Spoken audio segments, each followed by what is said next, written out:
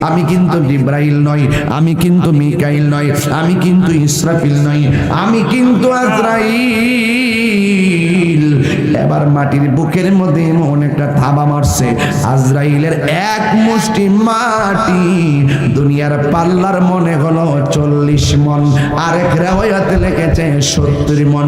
এবার বুঝতে পারেন আজরাইলের হাতের মুষ্টিটা কত বড়। কথা বলেন না বাজান, ঠিক কিনা? বুঝতে পারেন এটার মুষ্টিটা কত বড়। আজরাইলে একটা মুষ্টি মাটি সমান সমান 70 মণ। এই মাটিটা লইয়া আল্লাহর কাছে গেল। আল্লাহ ডাক দিয়া বলে, আজরাইল। জিবরাইলে ফিরে আসলো, মিকাইলে ফিরে আসলো, ইসরাফিলে ফিরে আসলো। তোমার কাছে কি মাটির কান্না কিছুই মনে হলো না? আজরাইল বলে, না, কিছুই মনে হয় নাই। তুমি কেন মাটিটা